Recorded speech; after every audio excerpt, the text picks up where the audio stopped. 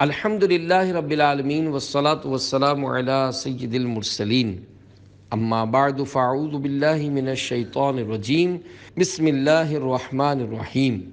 فرمان مصطفیٰ صلی اللہ علیہ وآلہ وسلم جو مجھ پر 10 مرتبہ درود پاک پڑھے اللہ پاک اس پر 100 رحمتیں نازل فرماتا ہے۔ دعائے عطار۔ یا الہی، جو کوئی رسالہ ایک مسلمان کی عزت کے 22 صفحات پڑھ یا سن لے، دنیا و آخرت میں اس کی عزت سلامت رکھ، آمین بجاہ النبی الامین صلی اللہ علیہ وآلہ وسلم۔ غیبت کے انداز۔ عاشقان رسول کی مدنی تحریک دعوت اسلامی کے مکتبۃ المدینہ کی کتاب عیون الحکایات حصہ دوم 413 صفحات صفحہ 313 پر ہے۔ حضرت سیدنا حارث محاسبی رحمت اللہ علیہ فرماتے ہیں، غیبت سے بچ، بے شک وہ ایسا عجیب شر یعنی برائی ہے جسے انسان خود آگے بڑھ کر حاصل کرتا ہے۔ تیرا اس چیز کے بارے میں کیا خیال ہے جو تجھے احسان فراموشی پر ابھارے، تیری اتنی نیکیاں چھین کر ان کو دے دے جن کی تو نے غیبت کی ہے، یہاں تک کہ وہ راضی ہو جائیں، کیونکہ بروز قیامت درہم و دینار کام نہیں آئیں گے۔ بے شک جتنا تو مسلمانوں کی عزت کو نقصان پہنچائے گا اتنی ہی مقدار میں تیرا دین تجھ سے لے لیا جائے گا، لہذا غیبت سے بچ۔ غیبت کے منبع یعنی نکلنے کی جگہ اور اس کے اسباب کو پہچان کہ تجھ پر غیبت کن کن جگہوں سے آتی ہے۔ مزید فرماتے ہیں، توجہ سے سن، بے شک بعض جاہل و نادان اس انداز پر بھی غیبت میں مبتلا ہوتے ہیں کہ گناہ گاروں پر خواہ مخواہ غصے ہوتے اور ان سے حسد اور بدگمانی کرتے ہیں، پھر شیطان کے بہکاوے میں آ کر معاذ اللہ اس غصے کو دینی غیرت کا نام دیتے اور یہ کہتے سنائی دیتے ہیں کہ میں اپنی ذات کے لیے غصہ نہیں کر رہا، میں تو دین کے نقصان کی وجہ سے فلاں کو برا بھلا کہتا یا ڈانٹ ڈپٹ کرتا ہوں۔ یہ ایسی برائیاں ہیں جو کہ عقل مندوں سے پوشیدہ نہیں۔ بعض لوگ اہل علم ہونے کے باوجود شیطان کے دھوکے میں آ کر جب کسی کی برائی بیان کرتے ہیں تو کہتے ہیں ہم تو اس کی نصیحت اور اصلاح کے لیے ایسا کر رہے ہیں، ہم تو اس کے خیر خواہ اور بھلائی چاہنے والے ہیں، حالانکہ حقیقت میں ایسا نہیں ہوتا، کیونکہ اگر واقعی وہ خیر یعنی بھلائی کے طالب ہوتے تو کبھی غیبت جیسی آفت میں نہ پڑتے اور ان کی نصیحت ان کے لیے غیبت پر معاون یعنی مددگار نہ ہوتی، بلکہ جس نے غلطی کی ہے براہ راست اس کو سمجھاتے یا اصلاح کا شرعی طریقہ اختیار کرتے۔ پیٹھ پیچھے غیبت کرتے پھرنا یہ کون سا اصلاح کا طریقہ ہے؟ توجہ سے سن، بسا اوقات نیک پرہیزگار لوگ بھی حیرت کا اظہار کرنے کے انداز میں اپنے مسلمان بھائی کی غیبت کر بیٹھتے ہیں۔ رہے استاد، سردار اور افسر وغیرہ تو بعض دفعہ وہ شفقت و رحم دلی کے طریقے سے غیبت کی گہری کھائی میں جا گرتے ہیں۔ مثلاً اپنے شاگرد یا ماتحت کے بارے میں کہتے ہیں، افسوس وہ فلاں فلاں غلط کام مثلاً بری صحبت یا نشے کی نحوست میں پڑ گیا، کاش بیچارہ فلاں برائی مثلاً ہیروئن پینے کا مرتکب نہ ہوتا۔ در حقیقت وہ افسوس نہیں کر رہے ہوتے، اس طرح کی باتیں کر کے اس بہانے سے وہ اس کی پولے کھول ڈالتے ہیں، مگر سمجھتے یہ ہیں کہ ہم اس سے محبت اور ہمدردی کی وجہ سے ایسا کہہ رہے ہیں، حالانکہ وہ غیبت کے گناہ میں پڑ چکے ہوتے ہیں، ورنہ اپنے ماتحت یا شاگرد کا کیا خوف، پیچھے سے اس طرح غیبت کرنے کے بجائے براہ راست اس کو سمجھا کر سچی محبت کا ثبوت دے سکتے تھے۔ بعض اوقات ایک شخص کسی کی برائی کو دوسروں کے سامنے ظاہر کرتے ہوئے کہتا ہے، میں نے اس کی برائی پر تم کو اس لیے مطلع کیا ہے تاکہ تم اپنے بھائی کے لیے خصوصی دعا کرو۔ اپنے گمان میں یہ اسے ہمدردی و شفقت سمجھتا ہے، لیکن حقیقت میں یہ غیبت کر رہا ہوتا ہے۔ اللہ الرحمن ہمیں شیطان کے خفیہ واروں سے بچائے۔ ہم اللہ رب العزت کی بارگاہ رحمت میں دعا کرتے ہیں کہ وہ مسلمانوں کی غیبت سے ہماری حفاظت فرمائے۔ آمین بجاہ نبی الامین صلی اللہ علیہ وآلہ وسلم۔ افسوس مرض بڑھتا جاتا ہے گناہوں کا، دے دیجئے شفا عرض اے سرکار مدینہ ہے۔ صلو علی الحبیب صلی اللہ علی محمد، توبو الی اللہ استغفر اللہ، صلو علی الحبیب صلی اللہ علی محمد۔ نابالغ کی غیبت، جس طرح بچے کے ساتھ جھوٹ بولنے کی اجازت نہیں، اسی طرح اس کی غیبت کی بھی ممانعت ہے۔ خواہ ایک دن کا بچہ ہو، بلا مصلحت شرعی اس کی بھی برائی بیان نہ کی جائے۔ ماں باپ اور گھر کے دیگر افراد کے لیے لمحہ فکریہ ہے، ان کو چاہیے کہ بلا ضرورت اپنے بچوں کو پیچھے سے اور منہ پر بھی ضدی، شرارتی، ماں باپ کا نافرمان وغیرہ نہ کہا کریں۔ کس بچے کی غیبت جائز ہے اور کس کی ناجائز؟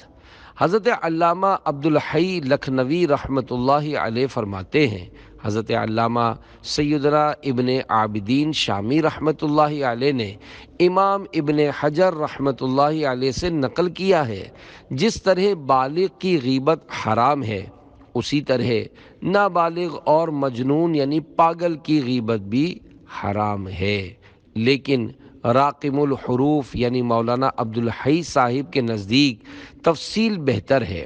نمبر 1، ایسا نابالغ بچہ جو فی الجملہ یعنی تھوڑی بہت سمجھ رکھتا ہو کہ اپنی تعریف پر خوش اور اپنی برائی سے ناخوش ہوتا ہو، جیسا کہ ماتو یعنی آدھا پاگل بھی اپنی تعریف اور مذمت کی سمجھ رکھتا ہے، تو ایسے نابالغ بچے کی غیبت جائز نہیں۔ اسی طرح نیم پاگل کی بھی ناجائز ہے۔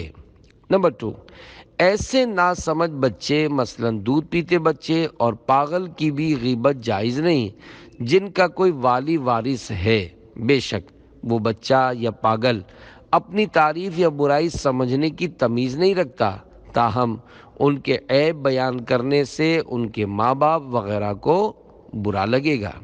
نمبر 3، ایسا لاوارث بچہ یا لاوارث پاگل جو اپنی تعریف و غیبت سے خوش اور ناخوش ہونے کی صلاحیت نہیں رکھتا، اس کی غیبت جائز ہے، مگر زبان کو ایسوں کی غیبت سے بھی روکنا ہی بہتر ہے، کیونکہ بعض فقہاء کرام رحمۃ اللہ علیہم نے مطلقاً یعنی ایک دن کے بچے اور مکمل پاگل کی غیبت کو بھی حرام قرار دیا ہے۔ چھوٹے بچے کی غیبت کی 17 مثالیں۔ بہرحال پاگل ہو یا سمجھدار، بالغ ہو یا نابالغ، بوڑھا ہو یا دودھ پیتا بچہ، ہر ایک کی غیبت سے بچنا چاہیے۔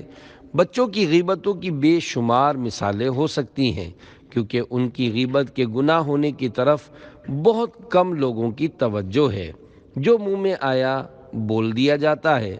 یہاں نمونتاً صرف 17 مثالیں پیش کی جاتی ہیں، جو کئی صورتوں میں غیبت میں داخل ہو سکتی ہیں۔ بستر گندا کر دیتا ہے، اتنا بڑا ہو گیا مگر تمیز نہیں آئی، اس کو جھوٹ کی عادت پڑ گئی ہے، چھوٹی بہن کو نوچتا ہے، چھوٹے منع کو گود میں لو تو بڑا منع حسد کرتا ہے، دونوں منع ایک دوسرے کی چغلیاں کھاتے رہتے ہیں، چھوٹا پڑھائی میں بہت ذہین ہے مگر بڑا 8 سال کا ہوا ابھی تک کند ذہن ہے، ماں کو بہت تنگ کرتا ہے، منی رات کو بہت چیختی ہے، نہ سوتی ہے نہ کسی کو سونے دیتی ہے، منع نے غصے میں لات مار کر پانی کا کولر الٹ دیا، بہت چڑچڑا ہو گیا ہے، بات بات پر روٹھ جاتا ہے، روزانہ کھانے کے وقت جھگڑتا ہے، پڑھنے میں کمزور ہے، بڑی بچی نے چھوٹی والی کو بال کھینچ کر گرا دیا، بس لڑتا ہی رہتا ہے، صبح اٹھا کر تھک جاتے ہیں مگر جواب نہیں دیتا وغیرہ۔ بچوں کو غیبت مت کرنے دیجیے۔ عموماً بچے اپنے چھوٹے بہن بھائیوں اور دیگر گھر والوں کی اپنی تتلی زبان میں یا اشاروں سے غیبتیں کرتے رہتے ہیں، اور گھر والے ہنس ہنس کر داد دیتے ہیں۔ کبھی کسی کو لنگڑاتا دیکھ لیتے ہیں تو خود بھی اس کی نقل اتارتے ہوئے لنگڑا کر چلتے ہیں اور گھر والوں سے داد وصول کرتے ہیں، حالانکہ کسی معین و معلوم معذور کی اس طرح کی نقالی بھی غیبت ہے۔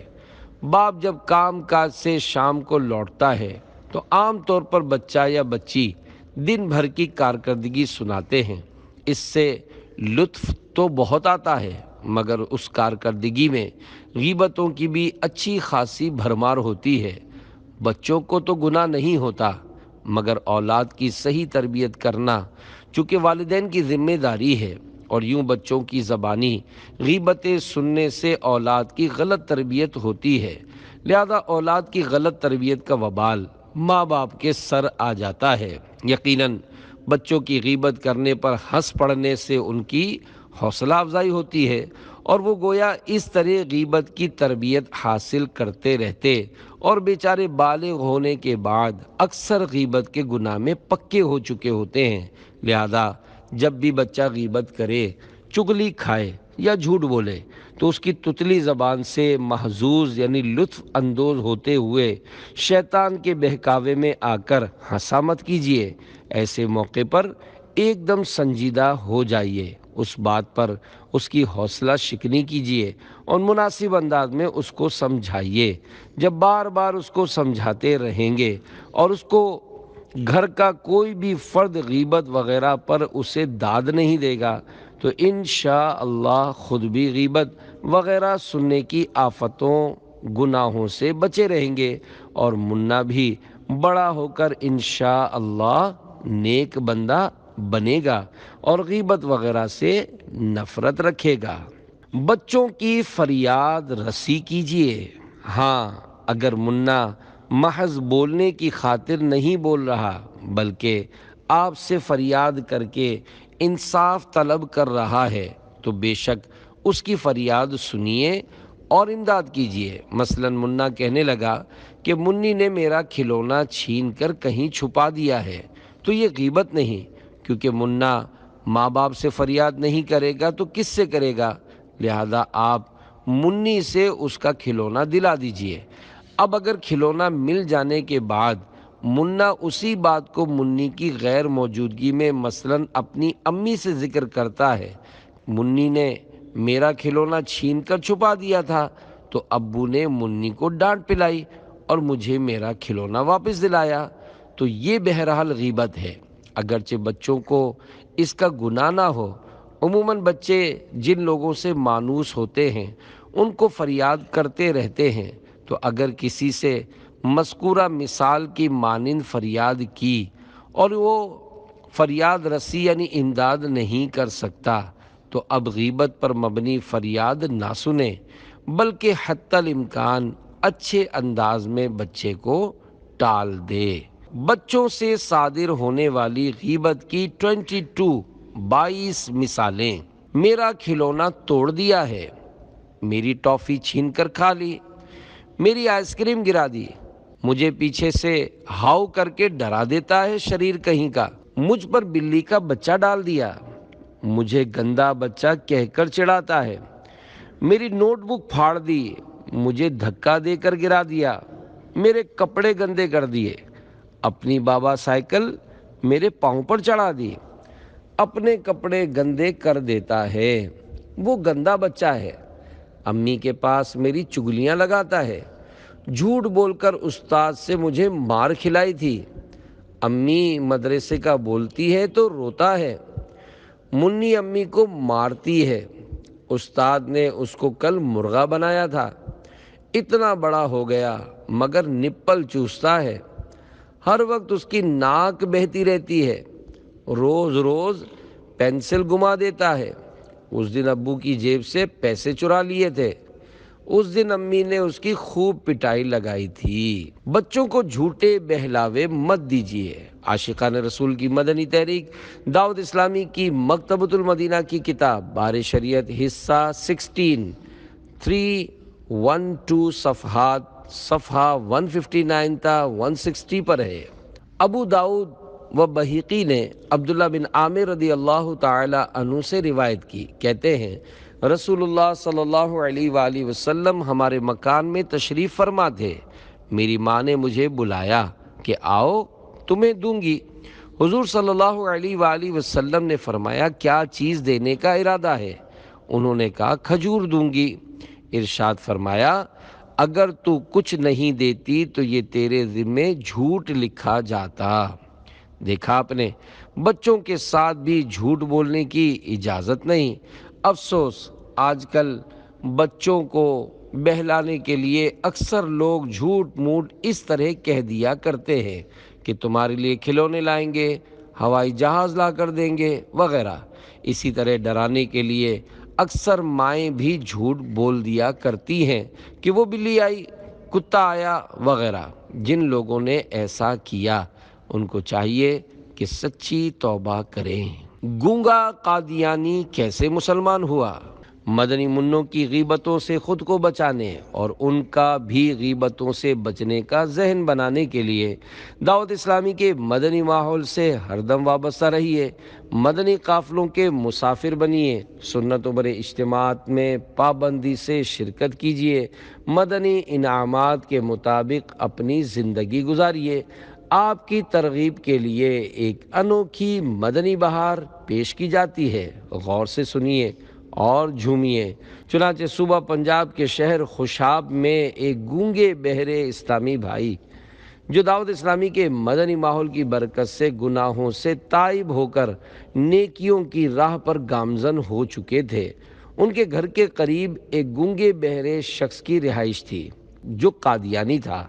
یہ گونگے اسلامی بھائی اس گونگے قادیانی سے ملاقات کر کے اشاروں کی زبان میں انفرادی کوشش کرتے ہوئے راہ حق کی دعوت پیش کیا کرتے اور اسے سمجھاتے کہ دین اسلام ہی وہ واحد مذہب ہے جس میں دنیا و آخرت کی بھلائیاں پوشیدہ ہیں اور حقیقی قلبی سکون بھی اسی مذہب حق کی قبولیت میں ہے۔ وہ گونگا قادیانی دعوت اسلامی کے گونگے مبلغ کی پرتاثیر مدنی باتوں میں دلچسپی تو لیتا مگر کوئی واضح جواب نہ دیتا۔ وہ گونگا قادیانی کچھ دنیاوی مسائل کی وجہ سے بہت پریشان تھا اور سکون کی تلاش میں تھا۔ اسی دوران دعوت اسلامی کے گونگے مبلغ نے اسے دعوت اسلامی کے بین الاقوامی 3 دن کے سنتوں بھرے اجتماع میں شرکت کی دعوت دی، جسے اس نے قبول کر لیا۔ جب وہ گونگا قادیانی مدینۃ الاولیاء ملتان شریف دعوت اسلامی کے سنتوں بھرے اجتماع میں شرکت کے لیے صحرائے مدینہ پہنچا تو ہر طرف سبز سبز امامہ شریف کی بہاریں، درود و سلام کی صدائیں تھیں۔ الغرض ایک عجیب روح پرور سما تھا۔ یہ مناظر دیکھ کر وہ گونگا قادیانی اس مدنی ماحول سے اس قدر متاثر ہوا کہ اس نے وہیں اجتماع میں اپنے باطل مذہب قادیانیت سے توبہ کی اور کلمہ پڑھ کر مسلمان ہو گیا اور غوث پاک رحمت اللہ علیہ کی غلامی کا پٹا اپنے گلے میں ڈال کر قادری رضوی بھی بن گیا۔ دولت دنیا سے بے رغبت مجھے کر دیجئے، میری حاجت سے مجھے زائد نہ کرنا مالدار، عرصہ محشر میں آقا لاج رکھنا آپ ہی، دامن عطار ہے سرکار بے حد داغدار۔ صلو علی الحبیب صلی اللہ علی محمد۔ مسلمان کی بے عزتی کبیرہ گناہ ہے۔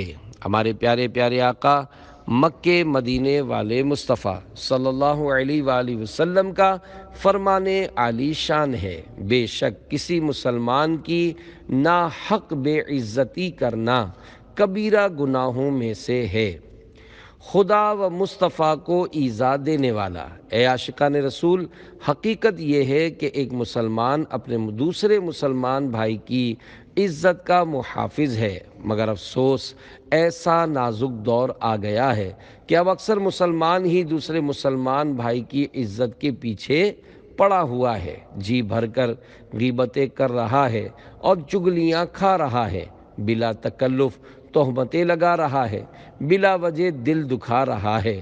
عاشقان رسول کی مدنی تحریک دعوت اسلامی کے مکتبۃ المدینہ کے رسالے ظلم کا انجام صفحہ 19 تا 20 پر ہے۔ حقوق العباد کا معاملہ بڑا نازک ہے، مگر آج کل بے باکی کا دور دورہ ہے۔ عوام تو کجا، خواص کہلانے والے بھی عموماً اس کی طرف سے غافل رہتے ہیں۔ غصے کا مرض عام ہے، اس کی وجہ سے اکثر خواص بھی لوگوں کی دل آزاری کر بیٹھتے ہیں اور اس کی طرف ان کی بالکل توجہ نہیں ہوتی کہ کسی مسلمان کی بلا وجہ شرعی دل آزاری گناہ و حرام اور جہنم میں لے جانے والا کام ہے۔ میرے آقا اعلی حضرت رحمت اللہ علیہ فتاوی رضویہ شریف جلد 24 صفحہ 342 میں طبرانی شریف کے حوالے سے نقل کرتے ہیں، سلطان دو جہان صلی اللہ علیہ وآلہ وسلم کا فرمان عبرت نشان ہے، جس نے بلا وجہ شرعی کسی مسلمان کو ایذا دی اس نے مجھے ایذا دی، اور جس نے مجھے ایذا دی اس نے اللہ پاک کو ایذا دی۔ اللہ و رسول عز و جل و صلی اللہ علیہ وآلہ وسلم کو ایذا دینے والوں کے بارے میں اللہ پاک پارہ 22 سورۃ الاحزاب آیت نمبر 57 میں ارشاد فرماتا ہے، ان الذين يؤذون الله ورسوله لعنهم الله في الدنيا والآخرة وأعد لهم عذابا مهینا۔ ترجمہ کنز الایمان، بے شک جو ایذا دیتے ہیں اللہ اور اس کے رسول کو، ان پر اللہ کی لعنت ہے دنیا و آخرت میں، اور اللہ نے ان کے لیے ذلت کا عذاب تیار کر رکھا ہے۔ مومن کی حرمت کعبے سے بڑھ کر ہے۔ سنن ابن ماجہ میں ہے، ہمارے پیارے پیارے آقا صلی اللہ علیہ وآلہ وسلم نے کعبہ معظمہ کو مخاطب کر کے ارشاد فرمایا، مومن کی حرمت تجھ سے زیادہ ہے۔ کامل مسلمان کی تعریف، سرکار مدینہ منورہ سردار مکہ مکرمہ صلی اللہ علیہ وآلہ وسلم کا فرمان عظمت نشان ہے، یعنی مسلمان وہ ہے کہ اس کے ہاتھ اور زبان سے دوسرے مسلمان محفوظ رہیں۔ دائرہ ایمان سے نکل جانے کا خطرہ۔ اے عاشقان رسول، کامل مسلمان وہی ہے جو زبان سے کسی کو گالی نہ دے، بلا اجازت شرعی کسی کو برا نہ کہے، کسی کی غیبت نہ کرے، کسی کو بے وقوف نہ کہے، کسی کے عیب نہ کھولے، کسی کا بھید نہ کھولے، اور ہاتھ سے کسی کو تکلیف نہ دے، کسی کی دل آزاری نہ کرے، بلا اجازت شرعی کسی کو نہ مارے، کسی کو تنقید بیجا کا نشانہ نہ بنائے۔ جو شخص ایسا نہ ہو بلکہ لوگوں کو اس نے ہر طرح کی تکلیف دی، ہاتھ سے مارا، آنکھ سے کسی کی طرف ایذا دینے والے انداز سے اشارہ کیا، ہر شخص اس سے تنگ و بیزار رہا، تو وہ شخص کامل مسلمان نہیں ہے، ایمان اس کے دل میں مضبوط نہیں ہے۔ انتقال کے وقت احتمال ہے کہ معاذ اللہ شیطان غالب آ جائے اور ہر طرح سے اسے وسوسے ڈالے، اور معاذ اللہ ثم معاذ اللہ وہ شخص دائرہ ایمان سے نکل جائے اور اللہ کریم نہ کرے اس کا قدم صراط مستقیم سے پھسل جائے اور وہ جہنم کی راہ اختیار کرے، جنت سے محروم رہے، بخلاف اس کے جس کا ایمان کامل ہو، اسلام کی سچی محبت اس کے دل کو حاصل ہو، کامل مسلمان والے اعمال و افعال اس کے اندر پائے جاتے ہوں، بندوں کے حقوق گردن پر نہ اٹھائے ہوں، اس صورت میں بفضلہ تعالی شیطان کا وسوسہ موت کے وقت اثر انداز نہ ہوگا، دریائے ایمان جوش مارے گا، فرشتہ ابلیس کو بھگا دے گا، وساوس کو دور کرے گا، اس لیے خاتمہ بالخیر ہوگا۔ شیطان اپنا سر پیٹے گا، اپنے سر پر خاک اڑائے گا اور بہت چیخے گا، چلائے گا۔ زندگی اور موت کی ہے یا الہی کشمکش، جہاں چلے تیری رضا پر بے کسو مجبور کی۔ صلو علی الحبیب صلی اللہ علی محمد، توبو الی اللہ استغفر اللہ، صلو علی الحبیب صلی اللہ علی محمد۔ بد عقیدگی سے توبہ۔ اے عاشقان رسول، کامل مسلمان بننے کے لیے غیبت کرنے سننے کی عادت نکالنے، نمازوں اور سنتوں کی عادت ڈالنے کے لیے دعوت اسلامی کے مدنی ماحول سے ہر دم وابستہ رہیے۔ سنتوں کی تربیت کے لیے مدنی قافلوں میں عاشقان رسول کے ساتھ سنتوں بھرا سفر کیجیے، اور کامیاب زندگی گزارنے اور آخرت سنوارنے کے لیے مدنی انعامات کے مطابق عمل کر کے روزانہ فکر مدینہ کے ذریعے مدنی انعامات کا رسالہ پر کر کے ہر مدنی ماہ کی پہلی تاریخ اپنے یہاں کے ذمہ دار کو جمع کروانے کا معمول بنا لیجئے، اور ہفتہ وار سنتوں بھرے اجتماع میں اول تا آخر شرکت کیجیے۔ آپ کی ترغیب کے لیے ایمان افروز مدنی بہار پیش کی جاتی ہے۔ چنانچہ لطیف آباد، حیدرآباد، باب الاسلام سندھ کے ایک اسلامی بھائی کا بعض لوگوں کی صحبت میں بیٹھنے کی بنا پر ذہن خراب ہو گیا تھا، اور وہ 3 سال تک نیاز شریف اور میلاد شریف وغیرہ پر گھر میں اعتراض کرتے رہے۔ انہیں پہلے درود شریف سے بہت شغف تھا، یعنی بے حد دلچسپی و رغبت تھی، مگر غلط صحبت کے سبب درود پاک پڑھنے کا جذبہ ہی دم توڑ گیا۔ اتفاق سے ایک بار انہوں نے درود شریف کی فضیلت پڑھی تو وہ جذبہ دوبارہ جاگا، اور انہوں نے کثرت کے ساتھ درود پاک پڑھنے کا معمول بنا لیا۔ ایک رات جب درود شریف پڑھتے پڑھتے سو گئے تو الحمدللہ انہیں خواب میں سبز سبز گنبد کا دیدار ہو گیا، اور بے ساختہ ان کی زبان سے الصلاۃ والسلام علیک یا رسول اللہ جاری ہو گیا۔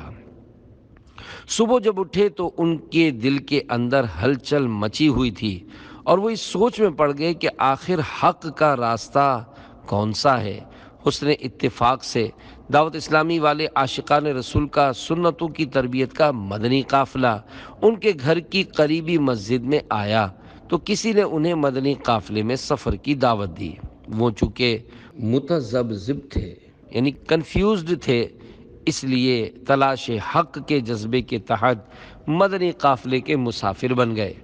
انہوں نے سفید امامہ باندھا تھا، مگر سبز امامے والے مدنی قافلے والوں نے سفر کے دوران ان پر نہ کسی قسم کی تنقید کی، نہ ہی طنز کیا، بلکہ اجنبیت ہی محسوس نہ ہونے دی۔ امیر قافلہ نے مدنی انعامات کا تعارف کروایا اور اس کے مطابق معمول رکھنے کا مشورہ دیا۔ انہوں نے مدنی انعامات کا بغور مطالعہ کیا تو چونک اٹھے، کیونکہ انہوں نے اتنے زبردست تربیتی مدنی پھول زندگی میں پہلی ہی بار پڑھے تھے۔ عاشقان رسول کی صحبت اور مدنی انعامات کی برکت سے ان پر اللہ کریم کا فضل ہو گیا۔ انہوں نے مدنی قافلے کے تمام مسافروں کو جمع کر کے اعلان کیا کہ کل تک میں بد عقیدہ تھا، آپ سب گواہ ہو جائیے کہ آج سے توبہ کرتا ہوں اور دعوت اسلامی کے مدنی ماحول سے وابستہ رہنے کی نیت کرتا ہوں۔ اسلامی بھائیوں نے اس پر فرحت و مسرت کا اظہار کیا۔ دوسرے دن 30 روپے کی نکتی، یعنی ایک بیسن کی مٹھائی جو موتی کے دانوں کی طرح بنی ہوتی ہے، منگوا کر انہوں نے سرکار بغداد حضور غوث اعظم شیخ عبد القادر جیلانی رحمۃ اللہ علیہ کی نیاز دلوائی اور اپنے ہاتھوں سے تقسیم کی۔ وہ 35 سال سے سانس کے مرض میں مبتلا تھے۔ کوئی رات بغیر تکلیف کے نہ گزرتی تھی، نیز ان کی سیدھی داڑھ میں تکلیف تھی، جس کے باعث صحیح طریقے سے کھا بھی نہیں سکتے تھے۔ الحمدللہ مدنی قافلے کی برکت سے دوران سفر انہیں سانس کی کوئی تکلیف نہ ہوئی، اور الحمدللہ وہ سیدھی داڑھ سے بغیر کسی تکلیف کے کھانا بھی کھانے لگے۔ ان کا بیان ہے کہ میرا دل گواہی دیتا ہے کہ عقائد اہل سنت حق ہیں، اور میرا حسن ظن ہے کہ دعوت اسلامی کا مدنی ماحول اللہ پاک اور اس کے پیارے رسول صلی اللہ علیہ وآلہ وسلم کی بارگاہ میں مقبول ہے۔ چھائے گر شیطنت تو کریں دیر مت، قافلے میں چلیں قافلے میں چلو، صحبت بد میں پڑ کر عقیدہ بگڑ، گر گیا ہو چلیں قافلے میں چلو۔ صلو علی الحبیب صلی اللہ علی محمد۔ بد مذہبوں سے دور رہنے کی حدیثوں میں تاکید۔ پیارے پیارے اسلامی بھائیوں، دیکھا آپ نے دعوت اسلامی کے عاشقان رسول کے سنتوں کی تربیت کے مدنی قافلے میں سفر کی کیسی برکتیں ہیں، بلکہ حقیقت یہ ہے کہ اس خوش نصیب اسلامی بھائی کو درود پاک کی کثرت کی برکت سے دعوت اسلامی کا مدنی قافلہ بھی ملا اور اس پر ہدایت کا راستہ بھی کھلا۔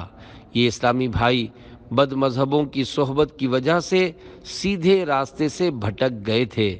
ہم سبھی کو چاہیے کہ بری صحبت سے ہمیشہ دور رہیں اور فقط عاشقان رسول ہی کی صحبت اپنائیں۔ بد مذہبوں کی صحبت ایمان کے لیے زہر قاتل ہے۔ ان سے دوستی اور تعلقات رکھنے کی احادیث مبارکہ میں ممانعت ہے۔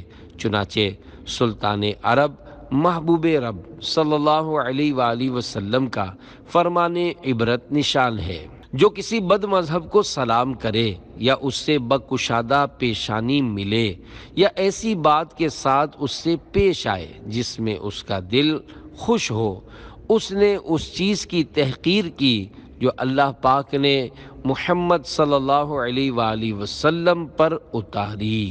اللہ پاک کے آخری رسول صلی اللہ علیہ وآلہ وسلم کا فرمان عالی شان ہے، جس نے کسی بد مذہب کی تعظیم و توقیر کی، اس نے دین کے ڈھا دینے پر مدد دی۔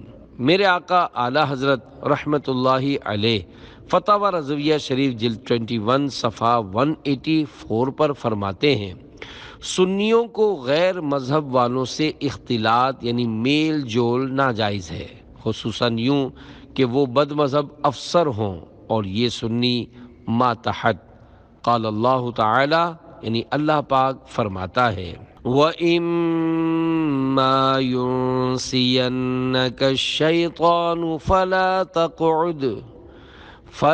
تَقْعُدْ بَعْدَ الذِّكْرَى مَعَ الْقَوْمِ الظَّالِمِينَ۔ ترجمہ کنز الایمان۔ اور جو کہیں تجھے شیطان بھلاوے تو یاد آئے پر ظالموں کے پاس نہ بیٹھ۔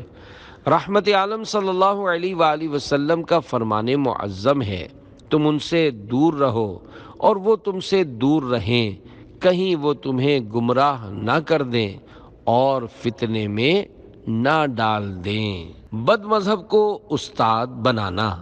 بد مذہب سے دینی یا دنیاوی تعلیم لینے کی ممانعت کرتے ہوئے میرے آقا اعلیٰ حضرت امام اہل سنت مولانا شاہ امام احمد رضا خان رحمت اللہ علیہ فرماتے ہیں، غیر مذہب والیوں یا والوں کی صحبت آگ ہے۔ ذی علم عاقل بالغ مردوں کے مذہب بھی اس میں بگڑ گئے ہیں۔ عمران بن حتان رقاشی کا قصہ مشہور ہے۔ یہ تابعین کے زمانے میں ایک بڑا محدث تھا، خارجی مذہب کی عورت سے شادی کر کے اس کی صحبت میں رہ کر معاذ اللہ خود خارجی ہو گیا اور یہ دعویٰ کیا تھا کہ اس سے شادی کر کے اسے سنی کرنا چاہتا ہے۔ یہاں وہ نادان لوگ عبرت حاصل کریں جو بزوم فاسد خود کو بہت پکا سنی تصور کرتے اور کہتے سنائی دیتے ہیں کہ ہمیں اپنے مسلک سے کوئی ہلا نہیں سکتا، ہم بہت مضبوط ہیں۔ میرے آقا اعلیٰ حضرت رحمت اللہ علیہ مزید فرماتے ہیں، جب صحبت کی یہ حالت کہ اتنا بڑا محدث گمراہ ہو گیا تو بد مذہب کو استاد بنانا کس درجہ بدتر ہے کہ استاد کا اثر بہت عظیم اور نہایت جلد ہوتا ہے، تو غیر مذہب عورت یا مرد کی سپردگی یا شاگردی میں اپنے بچوں کو وہی دے گا جو آپ خود دین سے واسطہ نہیں رکھتا اور اپنے بچوں کے بد دین ہو جانے کی پرواہ نہیں رکھتا۔ محفوظ صدا رکھنا شاہا بے ادبوں سے، اور مجھ سے بھی سرزد نہ کبھی بے ادبی ہو۔ صلو علی الحبیب صلی اللہ علی محمد، توبوا الی اللہ استغفر اللہ، صلو علی الحبیب صلی اللہ علی محمد۔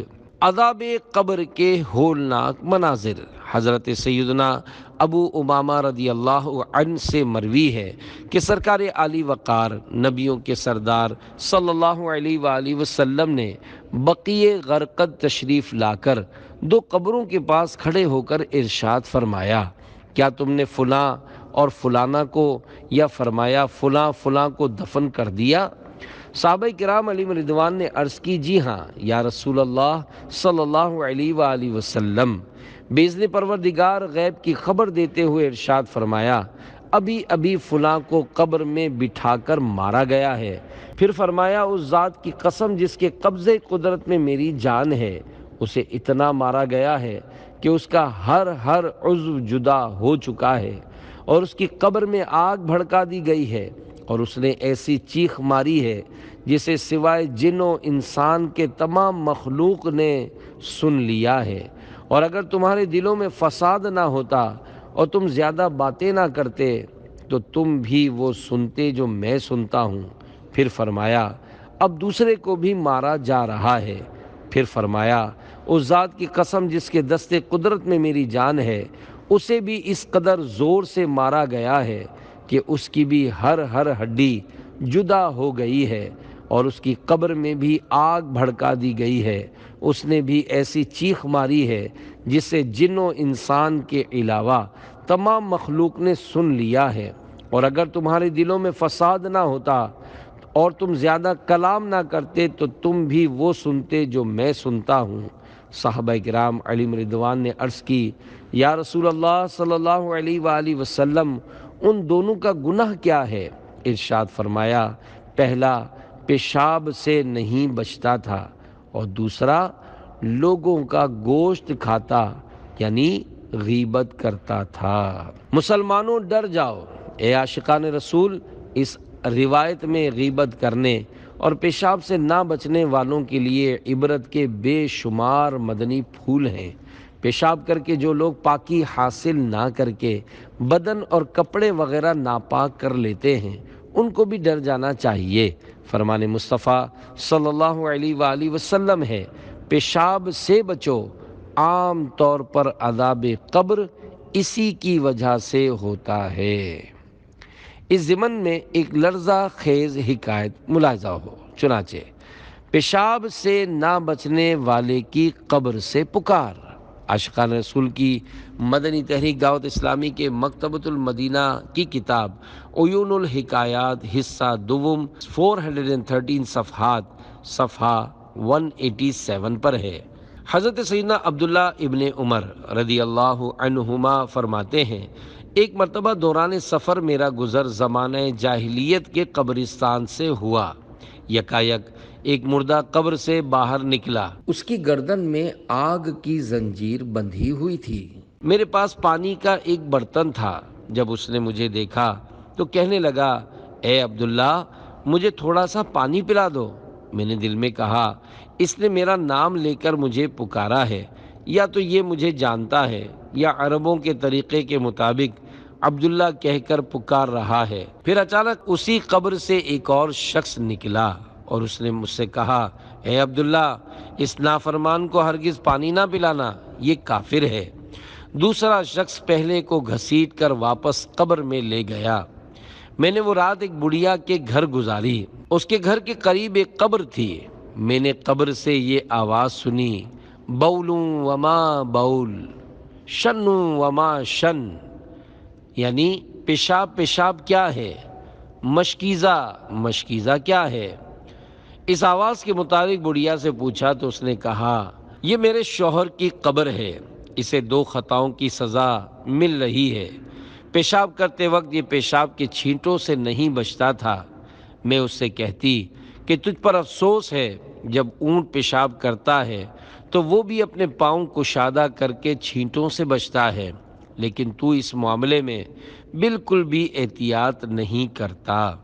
میرا شوہر میری ان باتوں پر کوئی توجہ نہ دیتا، پھر یہ مر گیا تو مرنے کے بعد سے آج تک اس کی قبر سے روزانہ اسی طرح کی آوازیں آتی ہیں۔ میں نے پوچھا، شنوں وما شن، یعنی مشکیزہ مشکیزہ کیا ہے، کی آواز آنے کا کیا مقصد ہے؟ بڑھیا نے کہا، ایک مرتبہ اس کے پاس ایک پیاسا شخص آیا۔ اس نے پانی مانگا تو اس نے اس کو پریشان کرنے کے لیے خالی مشکیزے کی طرف اشارہ کرتے ہوئے کہا، جاؤ اس مشکیزے سے پانی پی لو۔ وہ پیاسا بے تابانہ مشکیزے کی طرف لپکا، جب اٹھایا تو اسے خالی پایا۔ پیاس کی شدت سے وہ بے ہوش ہو کر گر گیا اور اس کی موت واقع ہو گئی۔ پھر جب سے میرا شوہر مرا ہے، آج تک روزانہ اس کی قبر سے آواز آتی ہے، شنو اما شن، یعنی مشکیزہ کیا ہے؟ حضرت سیدنا عبداللہ بن عمر رضی اللہ عنہما فرماتے ہیں، میں نے رسول اللہ صلی اللہ علیہ وآلہ وسلم کی بارگاہ بے کس پناہ میں حاضر ہو کر سارا واقعہ عرض کیا تو سرکار عالی وقار مدینے کے تاجدار صلی اللہ علیہ وآلہ وسلم نے تنہا سفر کرنے سے منع فرما دیا۔ ہر گناہ کے بدلے ایک عضو کاٹا جائے گا۔ اے عاشقان رسول، گناہ چاہے کتنا ہی چھوٹا ہو، اگر اس پر پکڑ ہوئی تو خدا کی قسم اس کا عذاب نہ سہا جا سکے گا۔ گناہوں کی سزا سے ڈراتے ہوئے حضرت سیدنا عبد الوہاب شعرانی رحمۃ اللہ علیہ نقل کرتے ہیں، حضرت سیدنا یونس بن عبید رحمۃ اللہ علیہ فرماتے ہیں، 5 درہم احناف کے نزدیک 10 درہم کی چوری پر ہاتھ کاٹا جاتا ہے، اور اس میں شک نہیں کہ تمہارا سب سے چھوٹا گناہ بھی 5 درہم کی چوری سے زیادہ تو قبیح یعنی برا ہے۔ لہذا تمہارے ہر گناہ کے بدلے آخرت میں تمہارا ایک عضو کاٹا جائے گا۔ نزع قبر اور منکر نکیر کی خوفناک منظر کشی۔ اے عاشقان رسول، واقعی قبر کا معاملہ بے حد تشویشناک ہے۔ کیا معلوم آج ہی موت آ جائے اور دیکھتے ہی دیکھتے ہم قبر کی تنہائیوں میں جا پہنچے۔ اول تو موت کے صدمے کا تصور ہی جان کو گھلانے والا ہے، اور اوپر سے خدا و مصطفیٰ عز و جل و صلی اللہ علیہ وآلہ وسلم کی ناراضی کی صورت میں عذاب ہوا تو کیسے برداشت ہو سکے گا؟ مردے کے صدمے کا نقشہ کھینچتے ہوئے میرے آقا اعلیٰ حضرت امام اہل سنت مولانا شاہ امام احمد رضا خان رحمۃ اللہ علیہ فرماتے ہیں، وہ موت کا تازہ صدمہ اٹھائے ہوئے روح کے نکلتے وقت جس کا ادنا جھٹکا 100 ضرب شمشیر یعنی تلوار کے 100 وار کے برابر، جس کا صدمہ 1000 ضرب تیغ یعنی تلوار کے 1000 وار سے سخت تر، بلکہ ملک الموت علیہ السلام کا دیکھنا ہی 1000 تلوار کے صدمے سے بڑھ کر، وہ نئی جگہ، وہ نیری تنہائی، وہ ہر طرف بھیانک بے کسی چھائی، اس پر وہ نکیرین یعنی منکر نکیر کا اچانک آنا، وہ سخت ہیبت ناک صورتیں دکھانا کہ آدمی دن کو ہزاروں کے مجمع میں دیکھے تو حواس بجا نہ رہے۔ کالا رنگ، نیلی آنکھیں، دیگوں کے برابر بڑی، ابرق یعنی چمکیلی دھات کی طرح شعلہ زن، سانس جیسے آگ کی لپٹ، بیل کے سینگوں کی طرح لمبے نوکدار کیلے یعنی اگلے دانت، اور زمین پر گھسٹتے سر کے پیچیدہ بال، قد و قامت، جسم و جسامت بلا و قیامت کے ایک شانے یعنی کندھے سے دوسرے کندھے تک منزلوں یعنی بے شمار کلومیٹرز کا فاصلہ، ہاتھوں میں لوہے کا وہ گرز یعنی ہتھوڑا کہ اگر ایک بستی کے لوگ بلکہ جنوں انس جمع ہو کر اٹھانا چاہیں نہ اٹھا سکیں، وہ گرج کڑک کی ہولناک آوازیں، وہ دانتوں سے زمین چیرتے ظاہر ہونا، پھر ان آفات پر آفت یہ کہ سیدھی طرح بات نہ کرنا، آتے ہی جھنجھوڑ ڈالنا، مہلت نہ دینا، کڑکتی جھڑکتی آوازوں میں امتحان لینا۔ وحسبنا اللہ ونعم الوکیل ارحم ضعفنا یا کریم یا جمیل صلی وسلم علی نبی الرحمہ وآلہ الکرام وسائر الامہ آمین آمین یا ارحم الراحمین۔ ترجمہ، اور اللہ پاک ہمارے لیے کافی ہے اور وہ سب سے بڑا کارساز ہے۔ اے کرم فرمانے والے، ہماری کمزوری پر رحم و کرم فرما۔ اے رب جمیل، درود و سلام بھیج نبی رحمت صلی اللہ علیہ وآلہ وسلم پر اور ان کی عزت والی آل اور بقیہ تمام امت پر۔ قبول فرما، قبول فرما اے سب سے زیادہ رحم و کرم فرمانے والے۔ کھڑے ہیں منکر نکیر سر پر، نہ کوئی حامی نہ کوئی یاور، بتا دو آ کر میرے پیمبر کہ سخت مشکل جواب میں ہے۔ صلو علی الحبیب صلی اللہ علی محمد، توبوا الی اللہ استغفر اللہ، صلو علی الحبیب صلی اللہ علی محمد۔ ذہنی کشمکش سے نجات ملی، غیبت کرنے سننے کی عادت نکالنے، نمازوں اور سنتوں کی عادت ڈالنے کے لیے دعوت اسلامی کے مدنی ماحول سے ہر دم وابستہ رہیے۔ سنتوں کی تربیت کے لیے مدنی قافلوں میں عاشقان رسول کے ساتھ سنتوں بھرا سفر کیجیے اور کامیاب زندگی گزارنے اور آخرت سنوارنے کے لیے مدنی انعامات کے مطابق عمل کر کے روزانہ فکر مدینہ محاسبہ کے ذریعے مدنی انعامات کا رسالہ پر کر کے ہر مدنی ماہ کی پہلی تاریخ اپنے یہاں کے ذمہ دار کو جمع کروانے کا معمول بنا لیجئے۔ سنتوں بھرے اجتماعات میں حاضری دیجیے اور وہاں بغور بیان سننے کی سعادت حاصل کیجیے۔ آپ کی ترغیب کے لیے ایک مدنی بہار پیش کی جاتی ہے، ملاحظہ فرمائیے۔ کراچی کے ایک اسلامی بھائی داؤد انجینئرنگ کالج کراچی کے طالب علم تھے۔ برے اور بد عقیدہ لوگوں کی صحبتوں نے انہیں نظریات کے معاملات میں ذہنی کشمکش میں مبتلا کر دیا تھا۔ وہ فیصلہ نہیں کر پا رہے تھے کہ کون سیدھے راستے پر ہے۔ 2 سال کا طویل عرصہ یوں ہی گزر گیا۔ ایک روز ان کی ملاقات ایک ایسے نوجوان سے ہوئی جس کا انداز و کردار ان کے دل میں اتر گیا۔ اس عاشق رسول نے سفید لباس پہنا ہوا تھا، سر پر سبز سبز امامہ شریف اور چہرے پر عبادت کا نور تھا۔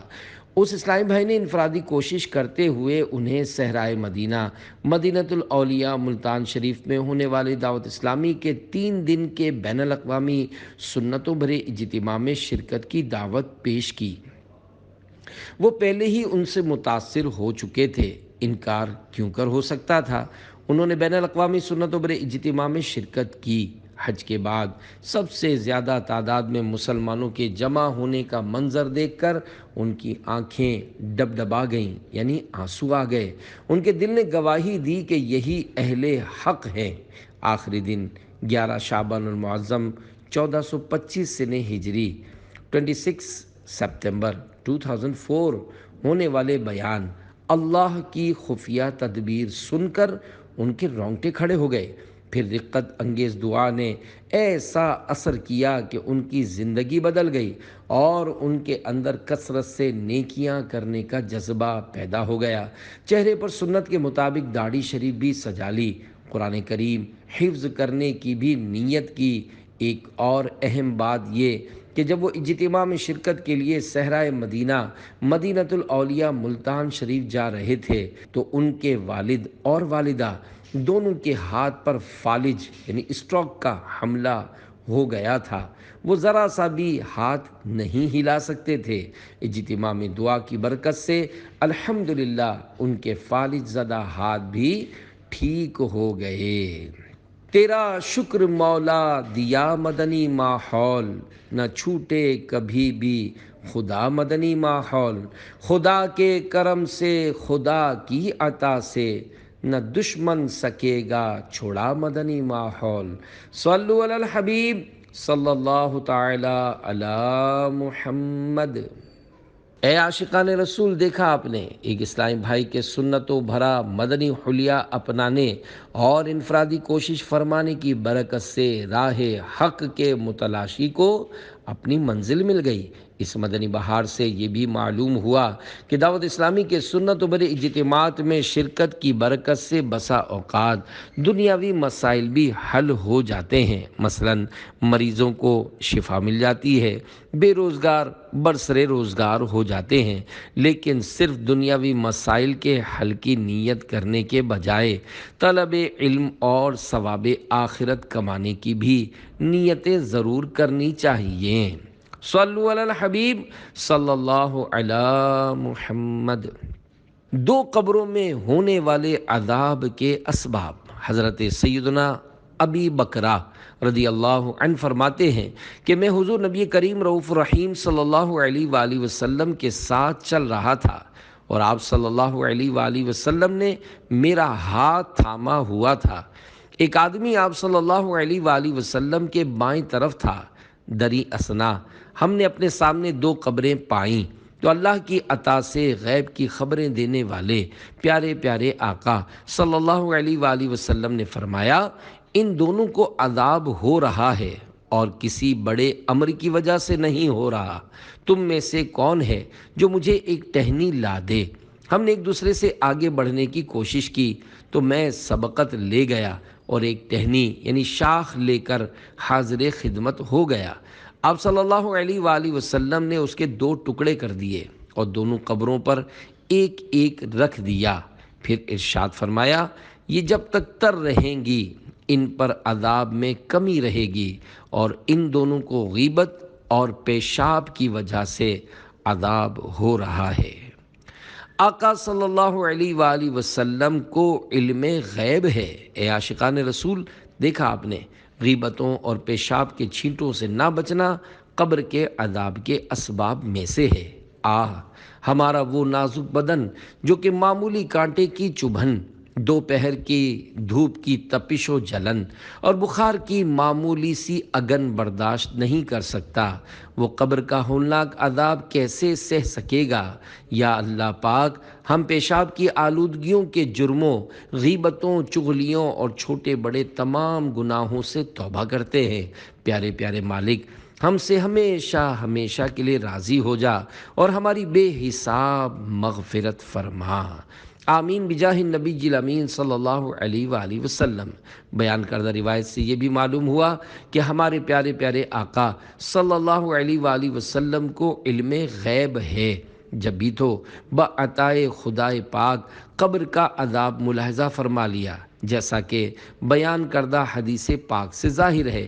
میرے آقا اعلی حضرت امام اہل سنت مجدد دین و ملت مولانا شاہ امام احمد رضا خان رحمت اللہ علیہ حدائق بخشش شریف میں فرماتے ہیں، سر عرش پر ہے تیری گزر، دل فرش پر ہے تیری نظر، ملکوت و ملک میں کوئی شے نہیں وہ جو تجھ پہ عیاں نہیں۔ قبر میں عذاب ہو رہا ہے۔ اللہ پاک کی عطا سے غیب کی خبریں دینے والے مکی مدنی مصطفیٰ صلی اللہ علیہ وآلہ وسلم ایک قبر کے پاس تشریف لائے جس میں میت کو عذاب ہو رہا تھا، تو ارشاد فرمایا، یہ لوگوں کا گوشت کھاتا یعنی غیبت کرتا تھا۔ پھر ایک تر ٹہنی منگوائی اور اسے قبر پر رکھ کر ارشاد فرمایا، جب تک یہ تر رہے گی اس کے عذاب میں کمی رہے گی۔ قبروں پر پھول ڈالنا مستحب ہے۔ اے عاشقان رسول، گزشتہ دونوں احادیث مبارکہ میں پیشاب سے نہ بچنے والے اور غیبت کرنے والے کے عذاب قبر میں مبتلا ہونے کا تذکرہ ہے۔ ہر مسلمان کو احتیاط کے ساتھ زندگی گزارنی چاہیے۔ ان روایات میں قبر پر تر شاخ رکھنے کا ذکر ہے۔ اس ضمن میں مفسر شہیر حکیم الامت حضرت مفتی احمد یار خان رحمت اللہ علیہ اپنی مشہور کتاب جال حق حصہ اول صفحہ 240 تا 241 پر فرماتے ہیں، کہا گیا ہے کہ اس لیے عذاب کم ہوگا کہ جب تک یہ شاخیں تر رہیں گی تسبیح پڑیں گی۔ اس حدیث کی شرح میں علامہ نووی رحمت اللہ علیہ فرماتے ہیں، اس حدیث سے علماء نے قبر کے پاس قرآن پڑھنے کو مستحب فرمایا، کیونکہ تلاوت قرآن شاخ کی تسبیح سے زیادہ اس کی حقدار ہے کہ اس سے عذاب کم ہو۔ تحتاوی علی المراقل فلاح صفحہ 364 میں ہے۔ ہمارے بعض متاخرین اصحاب نے اس حدیث کی وجہ سے فتویٰ دیا کہ خوشبو اور پھول چڑھانے کی مسلمانوں میں جو عادت ہے وہ سنت ہے۔ مفتی صاحب رحمۃ اللہ علیہ مزید فرماتے ہیں، اس حدیث اور محدثین و فقہا کی عبارت سے دو باتیں معلوم ہوئیں۔ ایک تو یہ کہ ہر سبز چیز یعنی سبزے کا رکھنا ہر مسلمان کی قبر پر جائز ہے۔ حضور نبی کریم صلی اللہ علیہ وآلہ وسلم نے ان قبروں پر تر شاخیں رکھیں جن کو عذاب ہو رہا تھا، اور دوسرے یہ کہ عذاب قبر کی کمی سبزے کی تسبیح کی برکت سے ہے۔ لہذا اگر ہم بھی آج قبروں پر پھول وغیرہ رکھیں تو بھی انشاءاللہ میت کو فائدہ ہوگا، بلکہ عام مسلمانوں کی قبروں کو کچا رکھنے میں یہ ہی مصلحت ہے کہ بارش میں اس پر سبز گھاس جمے اور اس کی تسبیح سے میت کے عذاب میں کمی ہو۔ ہے کون کہ گریا کرے یا فاتحہ کو آئے، بے کس کے اٹھائے تیری رحمت کے بھرن پھول۔